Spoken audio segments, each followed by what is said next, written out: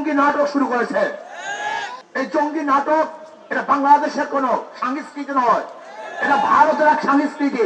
আজকে আমাদের স্বরাষ্ট্রমন্ত্রী যারা এই দেশকে প্রদেশ বানাতে চায়, ভাগ করতে চায়, তাদের বক্তব্যকে সিলেবাস টান বলেছেন।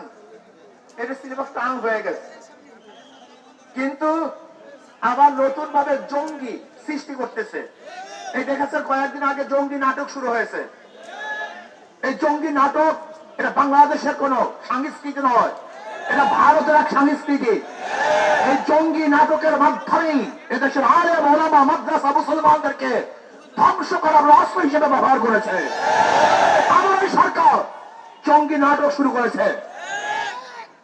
ভারতের বিভিন্ন লিডাররা ম্যাপ দেখায় যে বাংলাদেশ, পাকিস্তান, আফগানিস্তান, নেপাল, ভুটান সহ এই এরিয়া অখণ্ড ভারত হিসাবে তারা ম্যাপের মধ্যে বারবার প্রদর্শনী করেন যে আজকে হোক কালকে হোক এদেশ আবার ভারত হয়ে যাবে।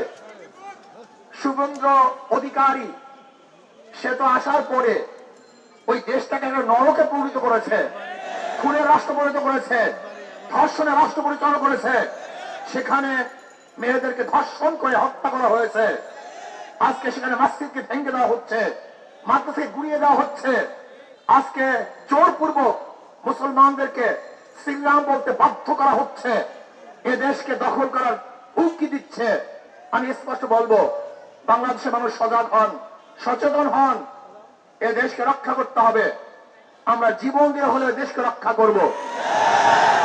যেরকম জীবন দিয়ে, রক্ত দিয়ে আমরা আধিপত্যের বিরুদ্ধে আন্দোলন করেছি, সংগ্রাম করেছি, প্রয়োজনে আমরা আবার জীবন দিয়ে দেশকে রক্ষা করবো ইনশাআল্লাহ। কোন অবস্থাতেই বিজেপি দেশ দখল করবে, আমাদের দেশে কর্তৃত্ব করবে, বাংলাদেশে একজন মুসলমান, একজন মুমিন জিন্দা থাকতে এই স্বপ্ন পূরণ করতে দেওয়া হবে না ইনশাআল্লাহ।